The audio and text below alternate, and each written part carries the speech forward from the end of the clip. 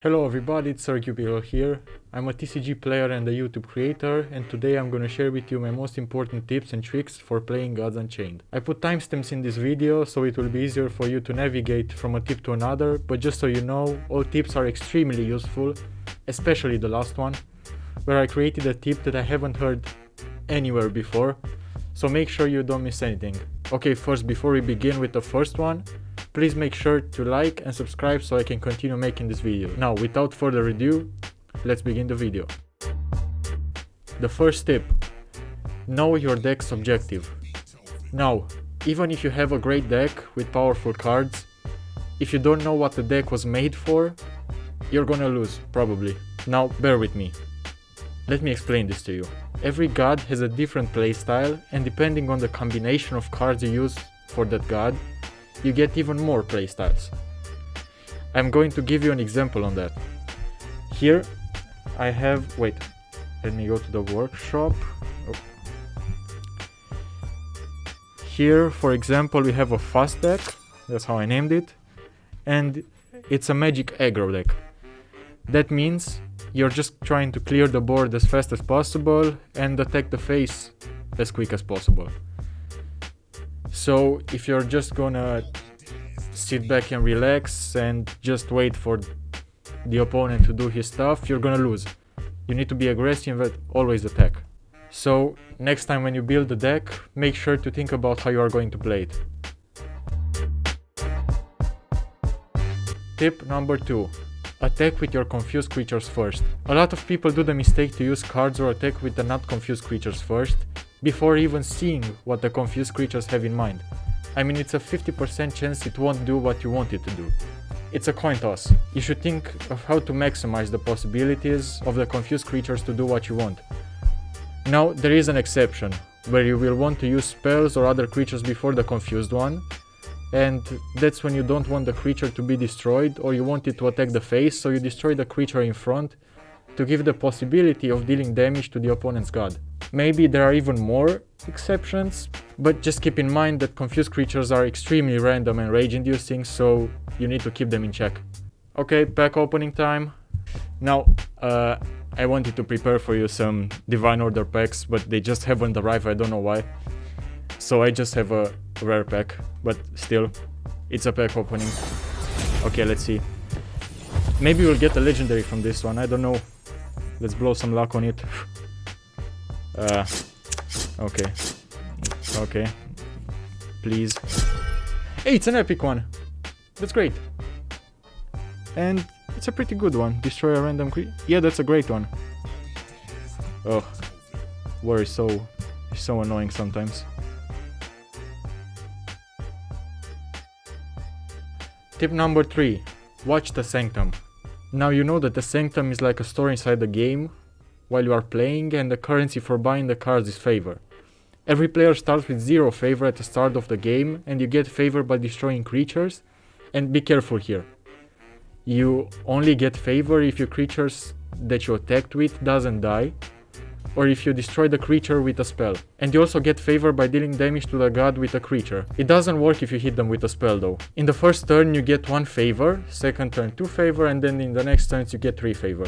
Now what I meant in the beginning with Watch the Sanctuum is that you shouldn't just take something out only because you have enough favor and you randomly see a creature that you can get.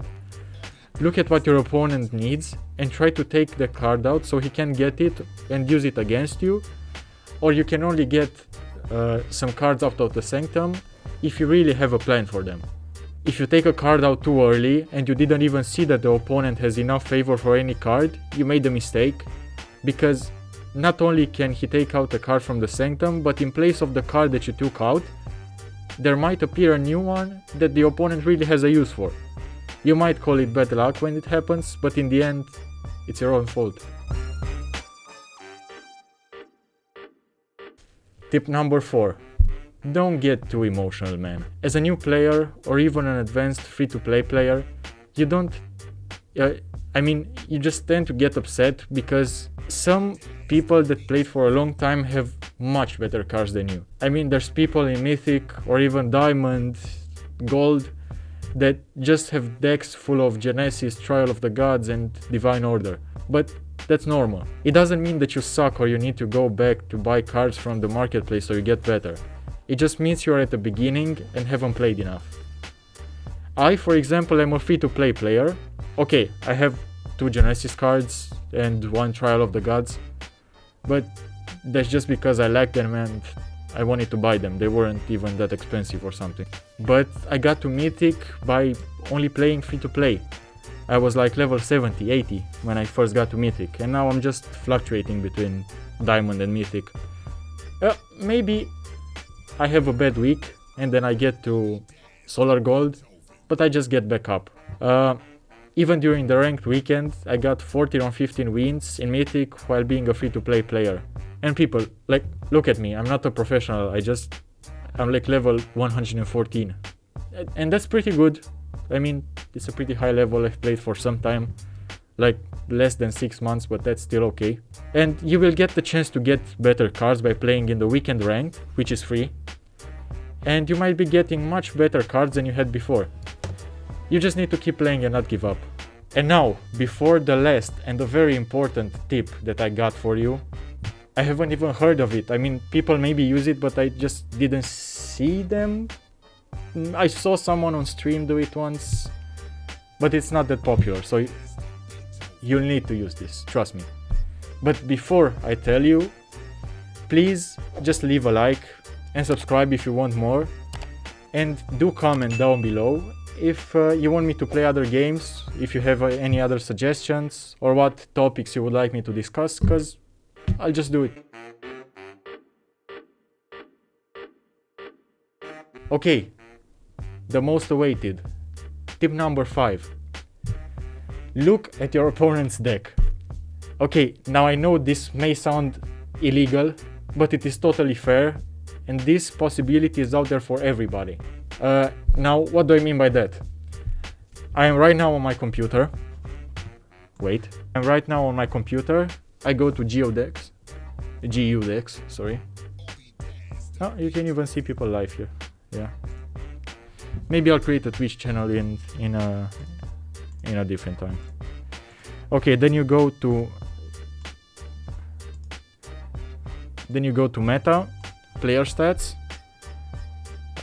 Here, let's say you're playing against me. Okay, you're in the beginning of the game. You said that you're playing against me, and you just search Sir Cubicle.